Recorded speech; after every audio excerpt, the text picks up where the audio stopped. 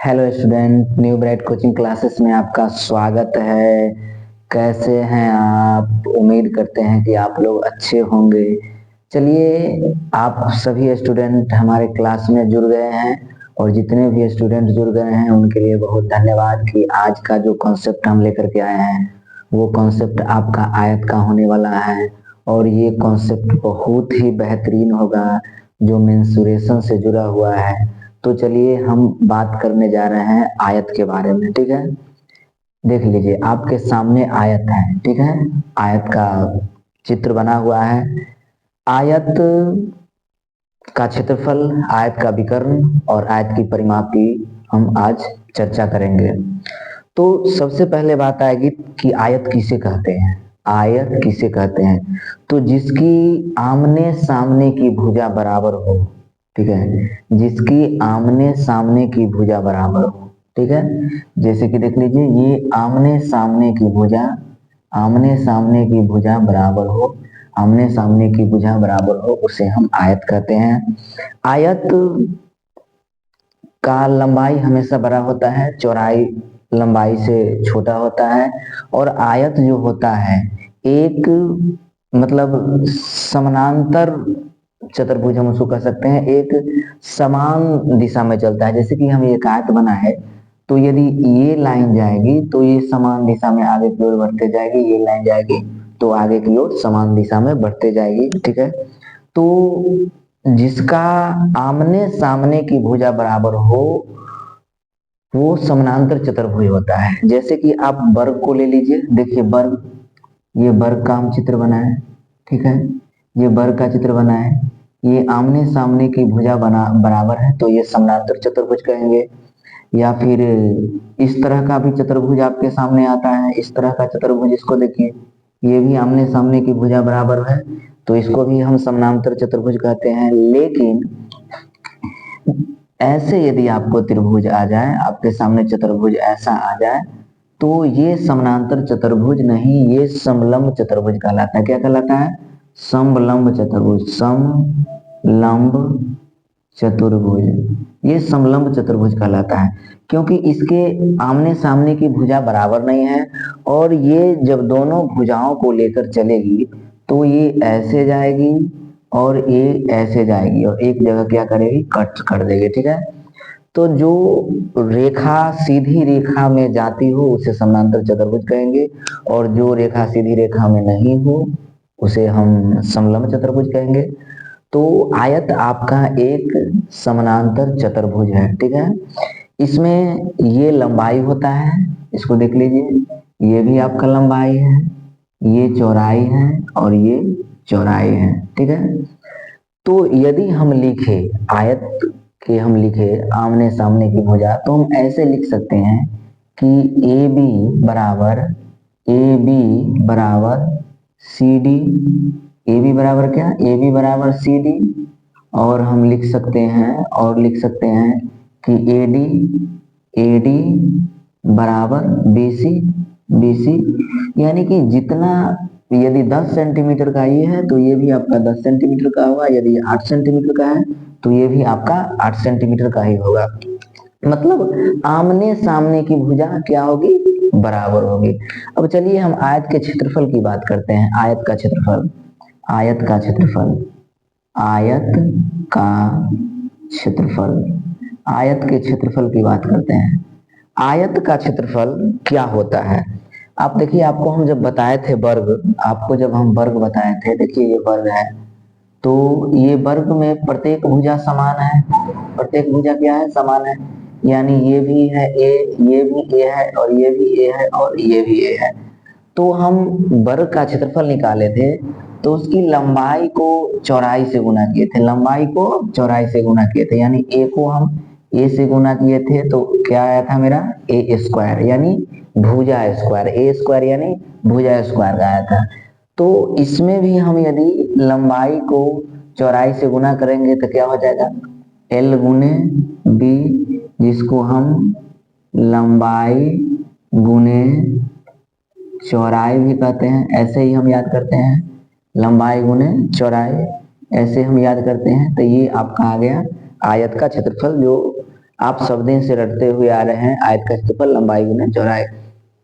ये बहुत ही मस्त कॉन्सेप्ट है, ये बहुत ही आसान कॉन्सेप्ट है, और मेंसुरेशन के आसान कॉन्सेप्ट बस यही आयत का ही है, ठीक है। अब चलिए आयत की परिमाप की चर्चा करते हैं, लेकिन उससे पहले हम विकर्ण की बात करेंगे। विकर्ण कि आयत का विकर्ण, ठीक है, आयत का विकर्ण, देखिए ये आपका विकर्ण है, क्या है, ये आपका विकर्ण है, आयत का क्या है, विकर्ण है। ऐसे ये लिख दीजिए, ये ए हो गया, ये बी हो गया, ये सी हो गया, इसको भी ये जो हम रेखा खींचे इसे हम विकर्ण कहेंगे, विकर्ण। हम आपको कल भी बताए थे, जब हम घन और घनाभ पढ़ा रहे थे, तो हम बताए थे आपको कि एक घनाभकार या एक घनाकार रूम हो, कमरा हो, तो उसमें हम कितना बड़ा से बड़ा हम छड़ को रख सकते हैं, ठीक है। तो हम उसका क्या किए थे, विकर्ण निकाले थे, विकर्ण यानी इस कोने से लेकर उस कोने तक, ठीक है। तो ये भी आपका ये विकर्ण हुआ, ये आपका विकर्ण हुआ, ये आपका क्या हुआ, विकर्ण हुआ, और ये भी आपका विकर्ण हुआ, ये भी आपका क्या है, ये भी आपका विकर्ण है।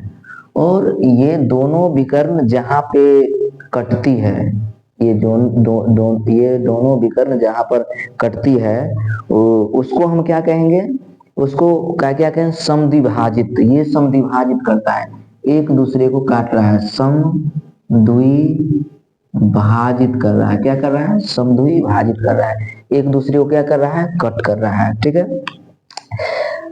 उससे पहले हम एक चीज और जानेंगे, और वो है कि एक आयत के अंदर कितना डिग्री का कोण बनता है। तो एक आयत के अंदर जो है 360 डिग्री का कोण बनता है। कोण कितना डिग्री का बनता है, 360 डिग्री का कोण बनता है। कैसे 360 डिग्री का कोण कैसे बनता है, चलिए उसके बारे में हम बात करते हैं। तो देखिए ये जितना भी कोण है ये सब 90 डिग्री का है, देख लीजिए, ये 90 डिग्री का है, ये 90 डिग्री का है, और ये 90 डिग्री का है, ठीक है। तो कितने कोण है 90 डिग्री का, चार कोण है, कितने कोण है, चार कोण है, चार कोण है 90 डिग्री का। तो 9 चौके 36, कितना आ जाएगा आपका, 360 डिग्री। यानी कि प्रत्येक जो ए डी है या बी सी है, प्रत्येक लंब जो है एक सीधी रेखा में है, और वो सीधी रेखा जो है 90 डिग्री का कोण बनाती है। अब आप कहिएगा सर कि आप बताए थे कि एक सर्कल के अंदर भी 360 डिग्री का कोण होता है, तो बिल्कुल हम बताए थे, वो भी आप एक बार जान लीजिए। एक सर्कल, गोल सर्कल होता है, वृत्त ले लीजिए, ठीक है, एक गोल सर्कल के अंदर 360 डिग्री का कोण बनता है, ये भी हम आपको समझाए थे कि एक गोल सर्कल के अंदर कितना बनता है, 360 डिग्री का कोण बनता है। कैसे, ठीक है, तो ऐसे बनता है, देखिए, जब एक ये अर्ध चांद है, ये चांद है, सॉरी, ये चांद है, ये चांद है, चांद, आप चांद देखे होंगे, आप चांद देखे होंगे कि चांद जो होता है एक अर्ध गोला या अर्धवृत्त के आकार का एक चांद होता है, एक अर्धवृत्त के आकार के, और चांद में 180 डिग्री का कोण होता है, यहाँ से यहाँ तक ये राउंड करके 180 डिग्री का कोण बनाती है।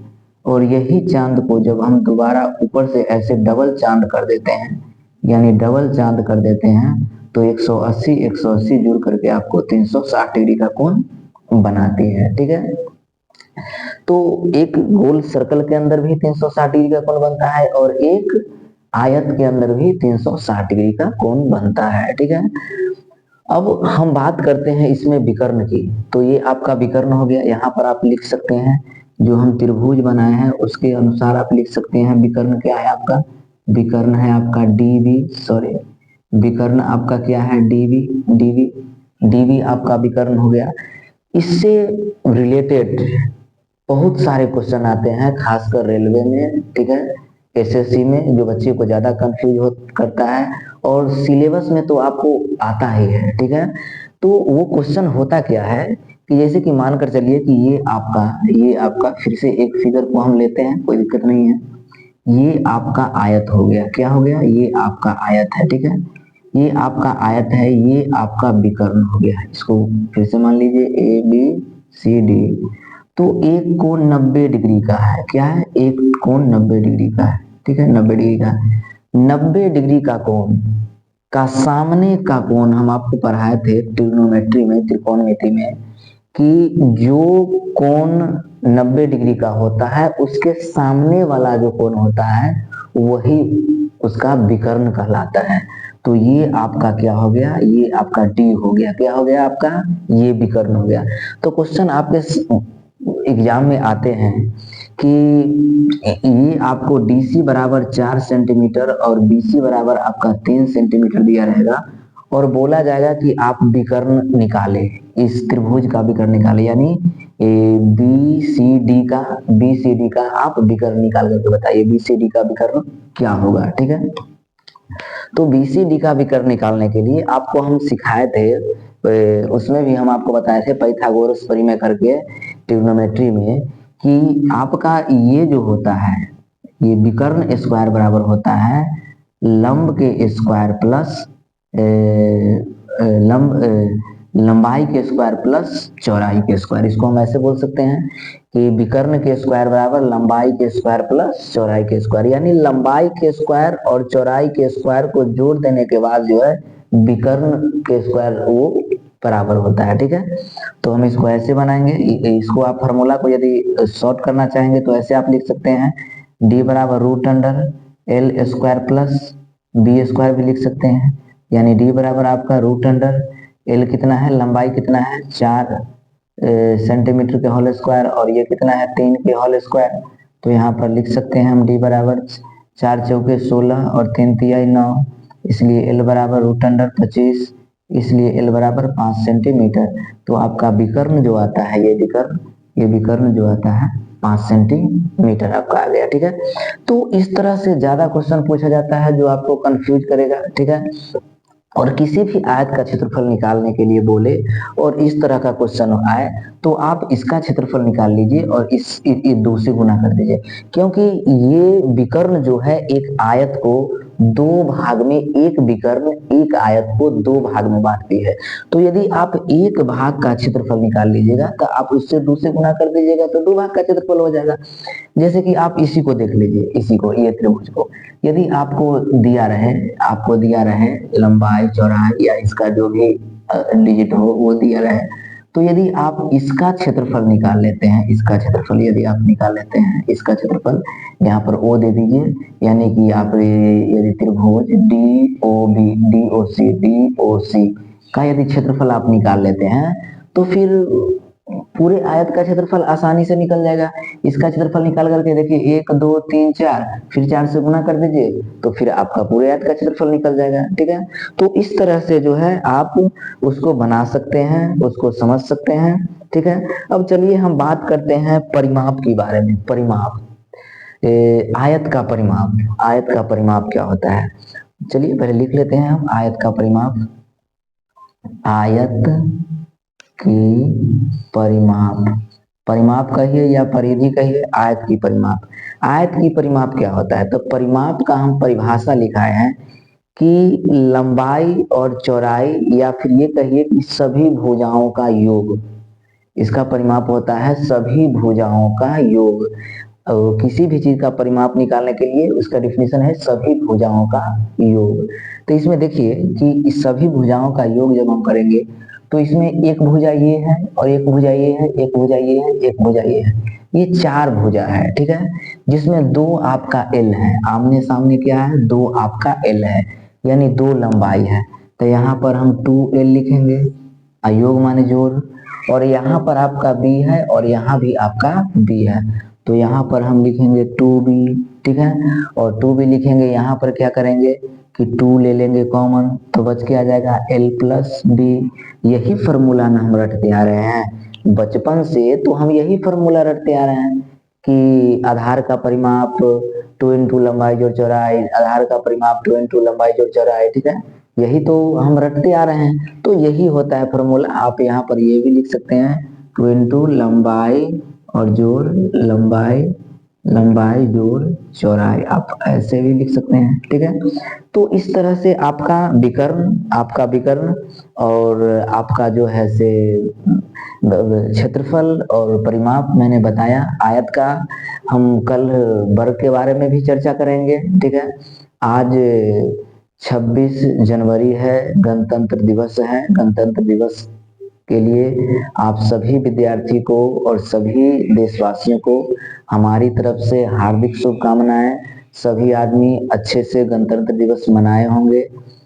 इसी तरह आप यदि वीडियो चाहते हैं कि मैथ का हर कॉन्सेप्ट वीडियो आप तक पहुंचे और आपको मैथ समझने में आसानी हो, तो हमारे वीडियो को लाइक कर दीजिए, सब्सक्राइब कर दीजिए, ताकि कोई भी कॉन्सेप्ट आपसे मिस ना हो, कोई भी कॉन्सेप्ट आपसे छूटे ना। और वो हर कॉन्सेप्ट जो आपको समझ में नहीं आता है, हम समझाएंगे, हम आपको बताएंगे। धन्यवाद।